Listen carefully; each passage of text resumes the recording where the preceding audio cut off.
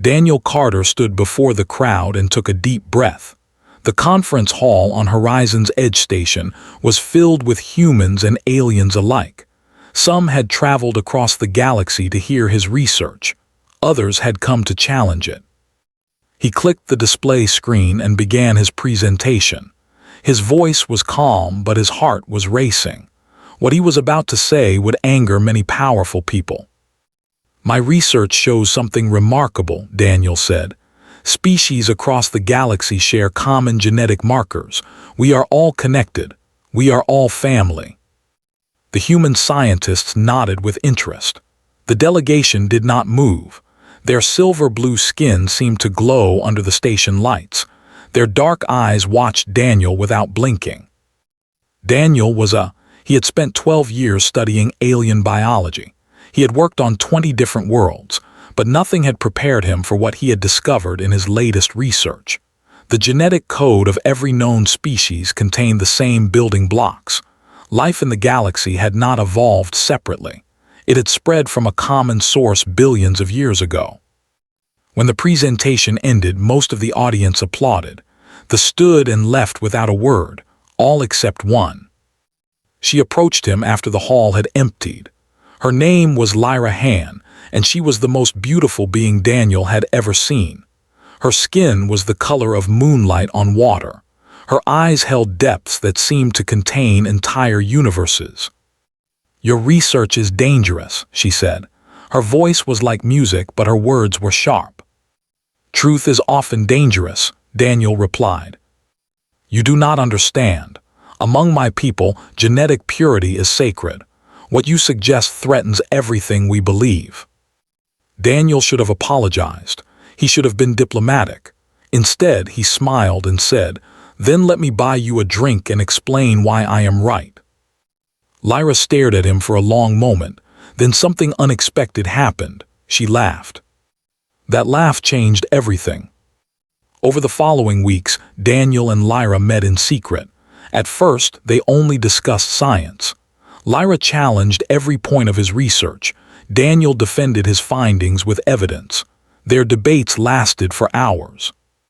But somewhere between the arguments about genetics and the discussions about evolution, something else began to grow. Daniel found himself thinking about Lyra when she was not there. He noticed how her skin changed color slightly when she was excited about an idea. He memorized the sound of her laugh. Lyra felt it too. Humans were supposed to be primitive, emotional, weak. But Daniel was none of those things. He was brilliant and kind. He listened to her in a way no one ever had. When she spoke, he truly heard her.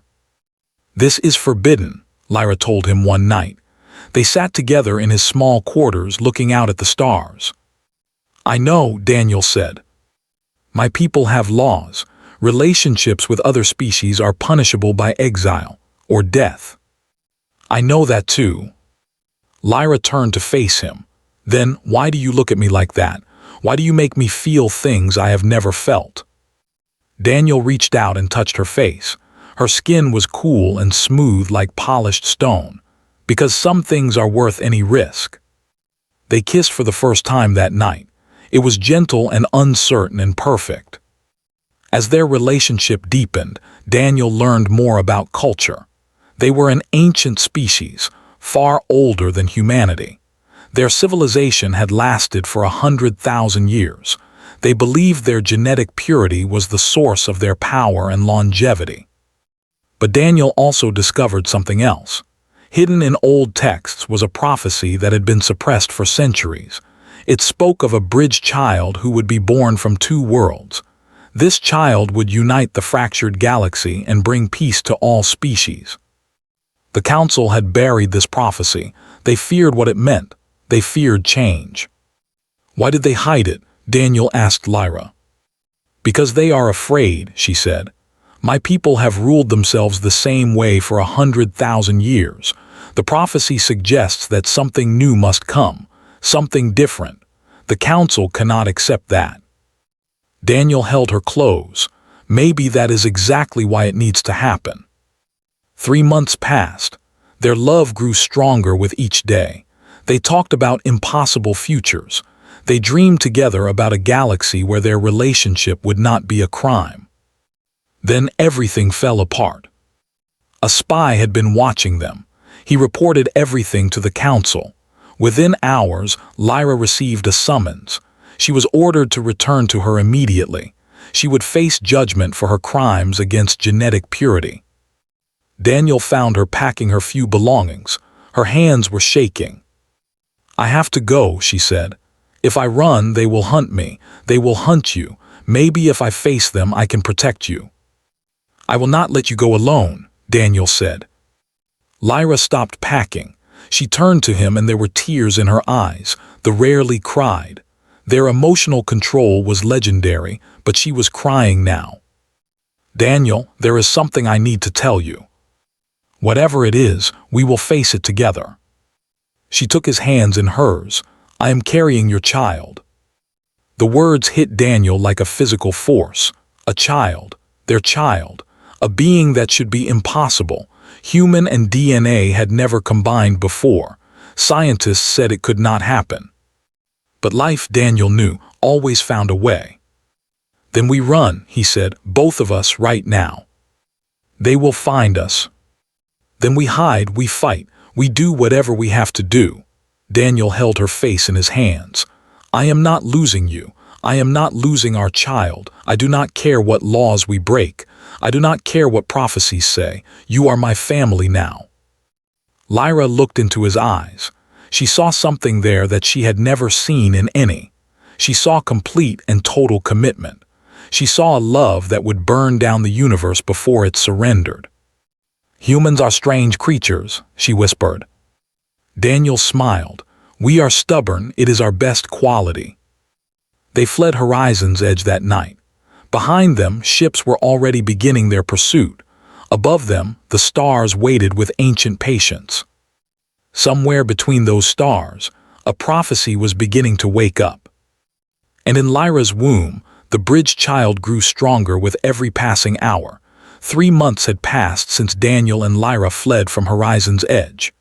They had found shelter on New Haven, a human colony world at the edge of known space. The planet was quiet and green, with rolling hills and small farming communities.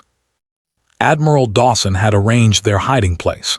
She was the commander of Earth's diplomatic fleet, a woman of 60 years with gray hair and sharp eyes that missed nothing. She had served humanity for 4 decades. She had seen wars and peace treaties and everything in between. When Daniel had contacted her for help, she had not hesitated. "I do not care about laws," had told him. "I care about protecting innocent life. Your child has done nothing wrong, neither have you." Daniel was grateful for her help, but he knew they could not hide forever. Lyra's pregnancy was progressing faster than any human pregnancy. Children developed quickly in the womb. The doctors on New Haven had never seen anything like it. They did their best to monitor her health, but they were working blind. "How do you feel today?" Daniel asked her one morning. They sat together in their small house, watching the sun rise over the distant mountains. "Strange," Lyra admitted. "The child moves constantly. It is like carrying a small storm inside me." Daniel placed his hand on her belly. He felt the baby kick against his palm. The sensation was both wonderful and terrifying. "A storm," he repeated. "That sounds about right." Far away on the Of Prime, High Counselor N was planning his response. He was the oldest and most powerful member of the council. He had led his people for 300 years. He had seen empires rise and fall. And he was afraid. The prophecy of the bridge child had haunted leaders for. They had buried it, hidden it, forbidden anyone from speaking of it. But prophecies had a way of coming true whether you believed in them or not. "Find them," N ordered his hunters. "Find the woman and the human. End this before the child is born." The hunters were the deadliest warriors in the Empire. They had never failed a mission. They would not fail this one. But on Prime, not everyone agreed with the Council's decision. Younger had begun to question the old ways. They saw their civilization becoming stagnant. They watched other species grow and change while they remained frozen in tradition. A group of these young rebels found Lyra in her prison cell. They had risked everything to free her. "Go to your human," their leader told her. "Have your child. Show the galaxy that the old ways are not the only ways." Lyra escaped through secret passages that had not been used in centuries. She stole a ship and flew toward the stars. Behind her, alarms rang throughout the capital city. She sent a message to Daniel across the void of space. 3 words only. "I am coming." Daniel received the message and felt hope surge through his chest, but he also felt fear. If Lyra was free, the hunters would be right behind her. He made a decision that would change everything. Daniel walked to the center of New Haven's largest city. He found a public broadcast station. He paid the operator and stepped in front of the camera. His message went out to every human world, every space station, every ship with a receiver. They intercepted it too. Within hours, billions of beings across the galaxy heard Daniel Carter speak. "My name is Daniel Carter. I am a human scientist. I am in love with a woman named Lyra Han. She is carrying my child." He paused, his voice was steady. "The Council has declared us criminals. They have sent hunters to kill us and our unborn baby. They say our love is forbidden. They say our child should not exist." Daniel looked directly into the camera. "I say they are wrong. Love is never wrong. Life is never wrong. I will not run anymore. I will not hide. I am standing here on New Haven and I am telling the galaxy the truth. My family deserves to live. Every family deserves to live." He took a breath. "If you believe in love, stand with us.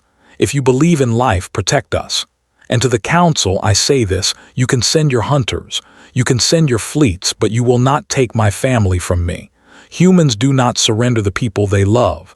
We fight for them, we die for them, and sometimes we change the entire universe for them." The broadcast ended. Daniel walked out of the station and returned to his home. Admiral Dawson contacted him within minutes. "That was either the bravest thing I have ever seen," she said, "or the most foolish." "Probably both," Daniel admitted. "Well, it worked. I have received messages from a dozen colony worlds. They are sending ships. They want to help protect you." Daniel felt tears in his eyes. He had not expected such a response. He had thought he was alone. "Thank you," he said. "Do not thank me yet. Hunter ships just entered the system. They will be here in 6 hours." Daniel looked out the window. The sky was still peaceful. The sun was still shining. But somewhere beyond that blue sky, death was approaching. Lyra's ship arrived 2 hours before the hunters. She landed in a field outside the city. Daniel ran to meet her. They held each other for a long moment. No words were needed. They had both risked everything to be here. They had both chosen love over safety. "The hunters are coming," Lyra said. "I know. They will not stop until the child is dead. Then we will have to stop them first." Above the planet, the Colonial Defense Force scrambled their ships. Admiral Dawson's fleet dropped out of faster-than-light travel and took up defensive positions. The hunter ships approached with weapons ready. The entire galaxy was watching. Every news network carried the story: the forbidden love, the hybrid child, the standoff above New Haven. Lyra grabbed Daniel's arm. Her face changed. Pain crossed her features. "Daniel," she gasped, "the baby, it is coming." "Now, but the doctors said we had more time." "The baby does not care what the doctors said." Daniel lifted her in his arms and ran toward the medical facility. Above him, the first weapons began to fire. The sky lit up with explosions. The Battle of New Haven had begun, and somewhere in the chaos, a child was about to be born who would change the destiny of every species in the galaxy. The medical facility shook as another explosion rocked the sky above New Haven. Daniel held Lyra's hand as doctors rushed around them. The lights flickered. Alarms screamed in the distance. "You need to push," the human doctor said. Her name was Maria Santos, and she had delivered hundreds of bobbies, but never one like this. Beside her stood a physician named Iz. He had defected from his people 2 years ago. He believed the old ways were destroying his civilization. When he heard about Lyra's pregnancy, he had volunteered to help. "The child's vital signs are strong," Iz reported, "but the birth is progressing faster than expected. Children are born quickly, this one even more so." Daniel squeezed Lyra's hand. "You can do this, I am right here." Lyra's face was covered in sweat. Her silver-blue skin had turned pale. The pain was unlike anything she had ever experienced, but she refused to cry out. She was strong. She was also terrified.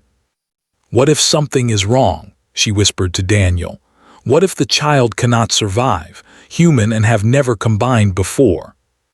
"Our child will survive," Daniel said, "because she has your strength and my stubbornness." "How do you know it is a girl?" Daniel smiled. "I just do." Above the planet, Admiral Dawson commanded her fleet from the bridge of her flagship. The battle was not going well. The hunters were skilled and ruthless. They had destroyed 3 human ships already. "Admiral, we cannot hold them much longer," her tactical officer reported. Dawson stared at the display screen. She saw the enemy ships pushing closer. She saw her own forces falling back. "Then we hold them a little longer anyway," she said. "That baby needs time to be born." She opened a communication channel to the commander. "This is Admiral Dawson of Earth's diplomatic fleet. I am ordering you to stand down. You are attacking a civilian world." The commander's face appeared on her screen. His expression was cold. "We are reclaiming what belongs to us. The woman she will face justice." "And the child, will you kill an innocent baby?" The commander hesitated for just a moment.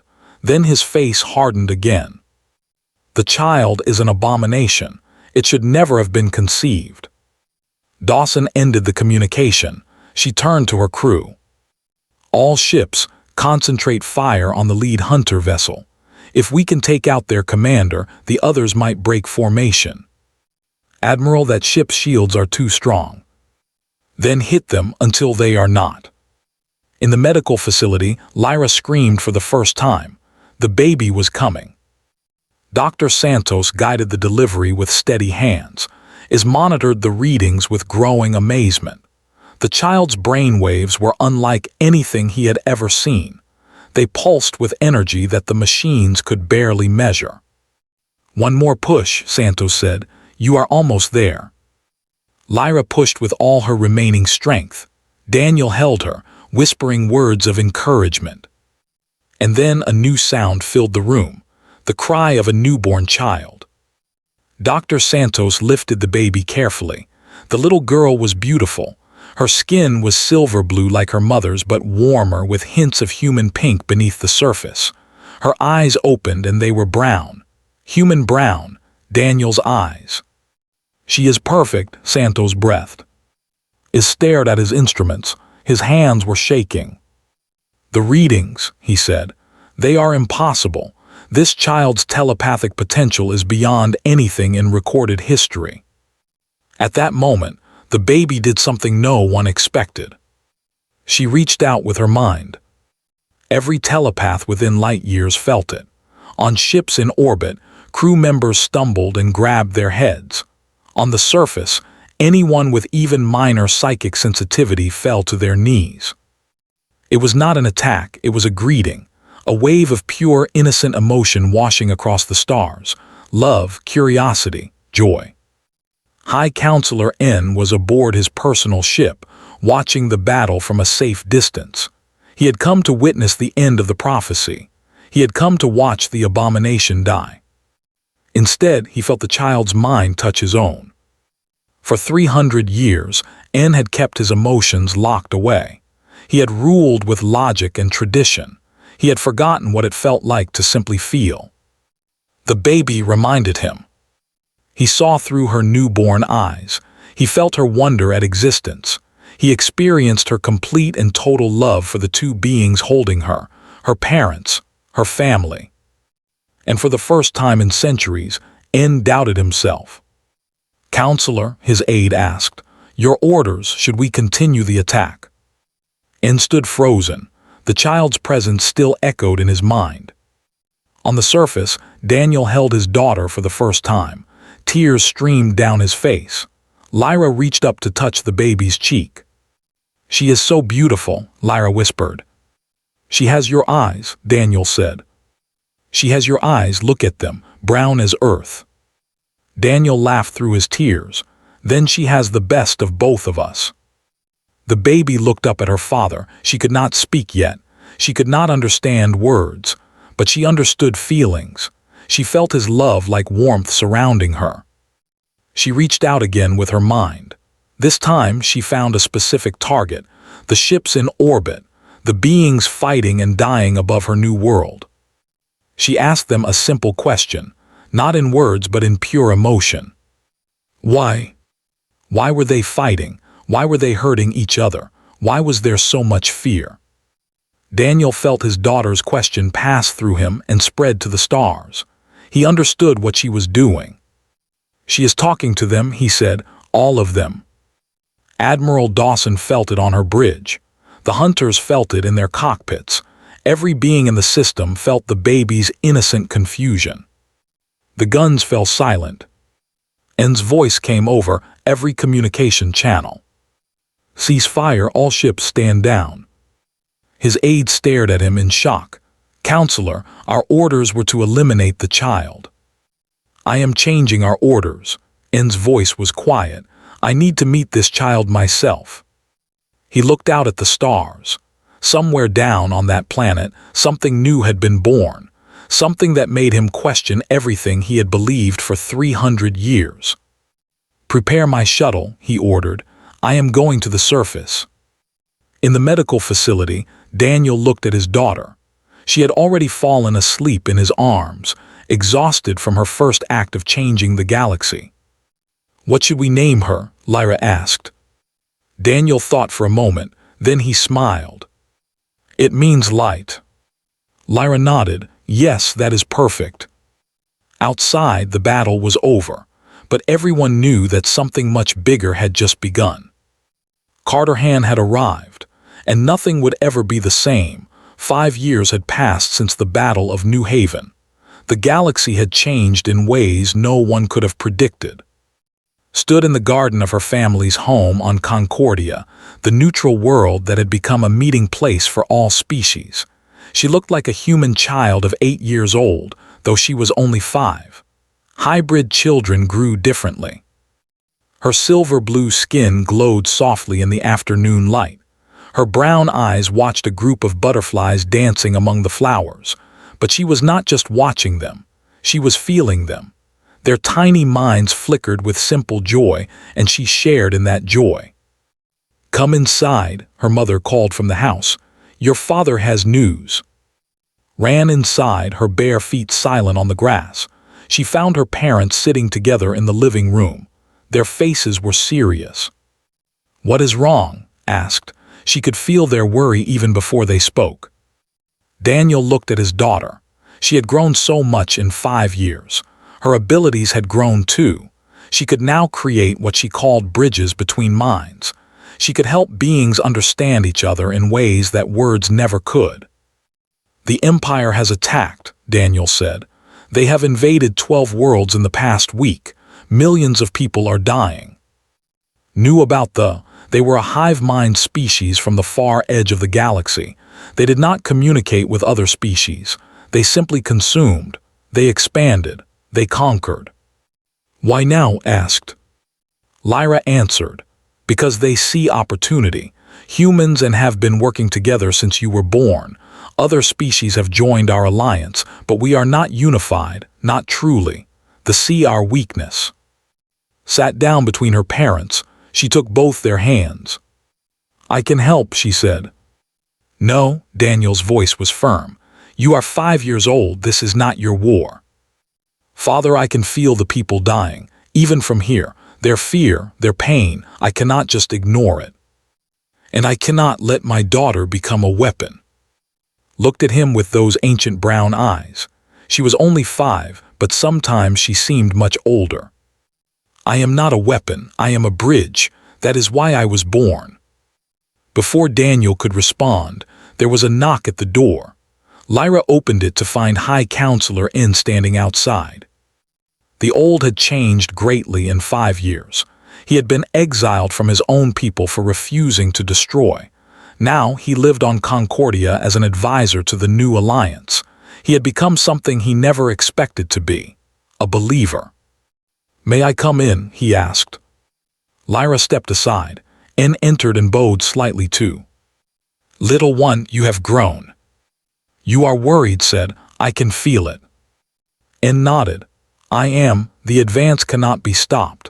Our fleets are too scattered. Our species are too divided. We fight as individuals when we should fight as one." He looked at Daniel. "There is only one way to unite enough species to defeat and you know what that way is." Daniel stood up. His fists were clenched. "No, I will not allow it." Father said softly. "No, what he is suggesting could kill you. Using your power on that scale has never been done. We do not know what it would do to your mind, to your body." "I know," said, "but I also know what happens if I do nothing. I see it when I close my eyes, worlds burning, children screaming, entire species being erased from existence." Lyra knelt beside her daughter. "You are our child, our only child. We cannot lose you. And I cannot watch the galaxy die when I have the power to save it." The room fell silent. Outside, the butterflies continued their dance, unaware of the weight of the moment. N spoke again. "There is an old saying, the bridge exists to be crossed. It does not ask whether the journey is dangerous. It simply stands firm and allows others to pass." Daniel turned on him. "She is not a bridge, she is my daughter." "She is both," N replied, "and that is exactly why she might succeed." Stood up. She was small for her age, but in that moment she seemed to fill the entire room. "I am going to do it," she said. "Not because you are asking me to, not because of prophecy or destiny. I am going to do it because I can feel every being in this galaxy. I can feel their hope and their fear. I can feel children on worlds I have never seen, wondering if they will live to see tomorrow." She looked at her father. "You taught me what it means to be human. You taught me that love means sacrifice. That family means protecting each other. The galaxy is my family now, all of it, and I will not abandon them." Daniel felt tears on his cheeks. His 5-year-old daughter had become wiser than he would ever be. "How will you do it?" he asked. "I will broadcast myself, my thoughts, my feelings, everything I am. I will send it to every mind that can receive it. I will show them what I see when I look at the galaxy, that we are all connected, that we are all one family." "They are a hive mind," Lyra said. "They might not be affected." "They will be affected most of all," replied. "A hive mind has no individuals, no separate voices. I will give them something they have never had, choice." N stared at her in amazement. "You would not destroy you would free them. Everyone deserves to be free."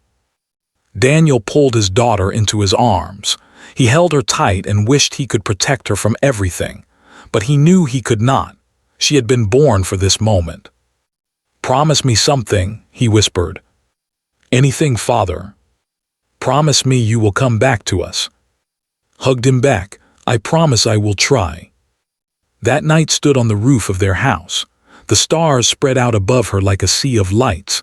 Each star had worlds. Each world had lives, and all of them were waiting. Her parents stood behind her. N was there too, along with Admiral Dawson and leaders from a dozen species. They had all come to witness what would happen next. Closed her eyes, she reached out with her mind. And she began to broadcast. Her thoughts spread across the galaxy like ripples in water. They touched human colonies and stations. They reached species that had never spoken to each other. They found soldiers on battlefields and children in hiding places. She showed them all the same thing, a vision of the galaxy as she saw it, not divided into species and empires, not separated by borders and wars, but connected, woven together by invisible threads of shared existence. She showed them that they were family. On 100,000 worlds, beings stopped what they were doing. They felt something they had never felt before, understanding, true understanding of others who were different from them. And in the heart of the invasion fleet, something began to crack. Individual felt themselves becoming separate for the first time. They felt fear, they felt confusion, but they also felt something else. They felt free. Poured everything she had into the broadcast, her love, her hope, her dreams for a better future.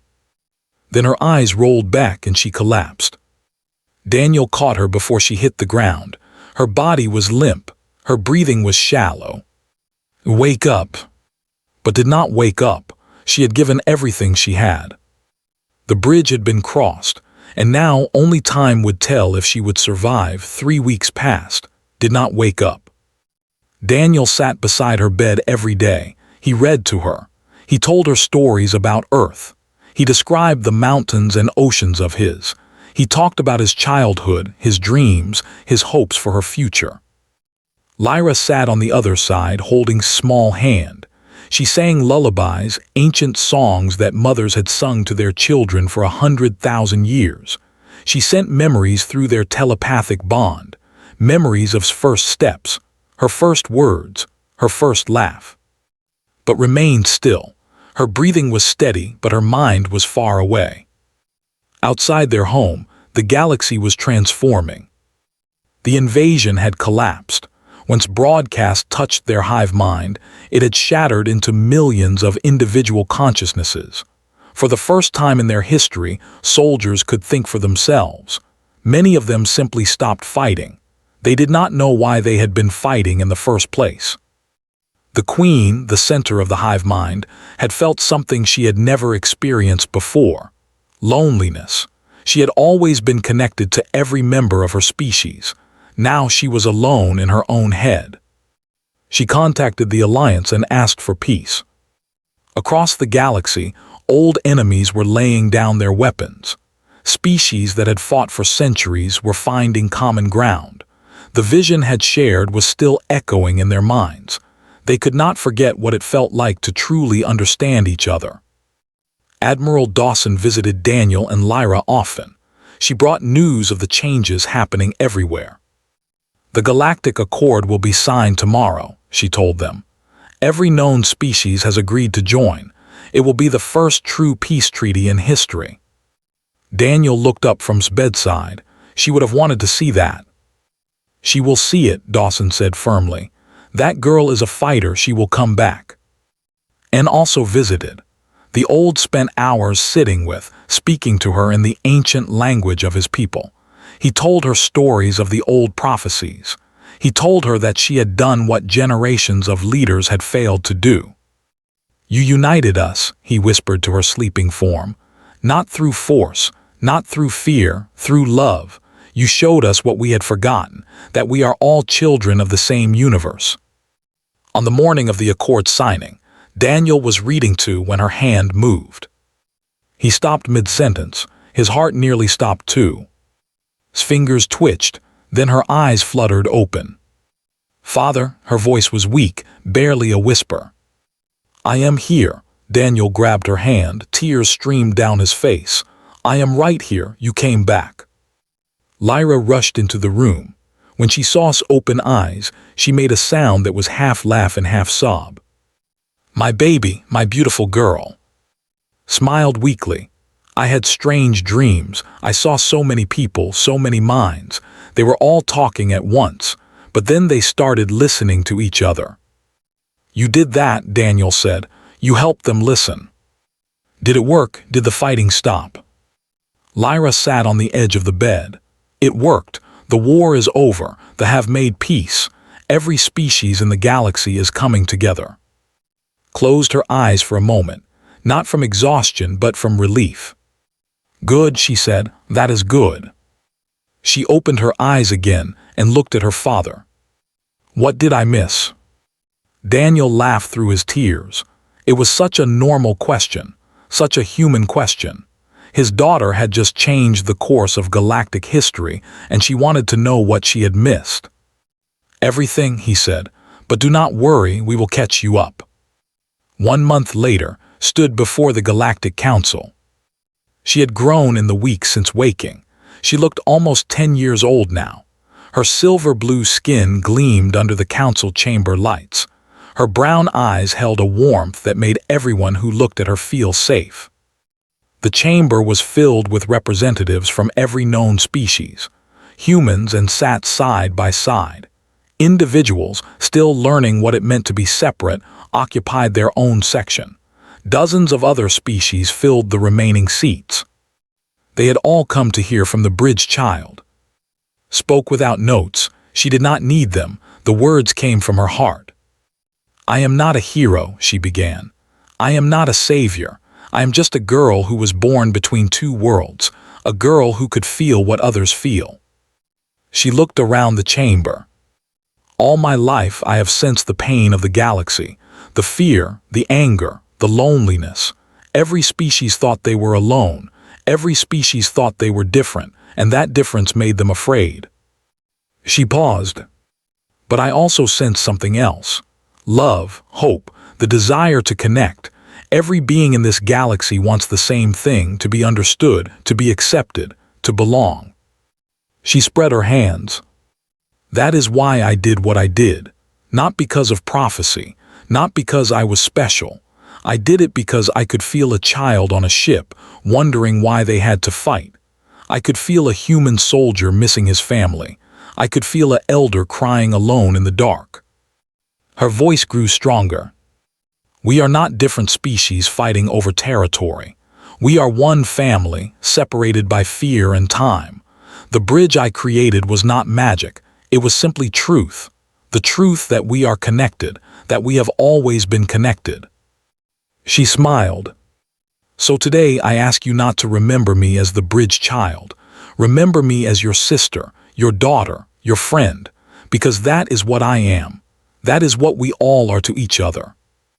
The chamber erupted in applause. It was the loudest sound Concordia had ever heard. After the ceremony, Daniel and Lyra found standing on a balcony, watching the sunset. "That was a beautiful speech," Lyra said. "I meant every word." Daniel stood beside her. "What happens now? What do you want to do with your life?" Considered the question. There are other hybrid children out there, other beings caught between worlds. I want to help them find their place. I want to show them that being different is not a weakness. It is a gift. "The Bridge Initiative," Lyra said. "That is what they are calling the program you inspired." "Then I want to lead it, if they will let me." Daniel put his arm around his daughter. "They will let you. The galaxy cannot say no to you anymore." Leaned into her father's embrace. For a moment she was not the bridge child or the savior of the galaxy. She was just a girl, safe in her father's arms. Lyra joined them, wrapping her arms around both of them. "Did you ever imagine this future?" she asked Daniel. "When we first met?" Daniel smiled. "I imagined something better." "What could be better than this?" He looked at his wife and daughter. He looked at the stars beginning to appear in the darkening sky. He thought about all the lives on all those distant worlds, now connected in ways they had never been before. A universe where our daughter did not have to be the bridge, where everyone already knew how to love. Heard her father's words. She felt the bittersweet truth in them. The galaxy had needed her to teach them what should have been obvious. But maybe that was okay. Maybe some lessons had to be learned the hard way. She sent a single feeling through the bond she shared with her parents, a feeling that contained everything she wanted to say. Hoping. Daniel felt it, Lyra felt it, and somehow across the galaxy, billions of beings felt it too. The hybrid child had done her work. The bridge had been built. Now it was time for everyone to cross it together. And in the quiet of that evening, On a balcony on Concordia, a family held each other and watched the stars come out. Their story had ended, but the galaxy's new story was just beginning.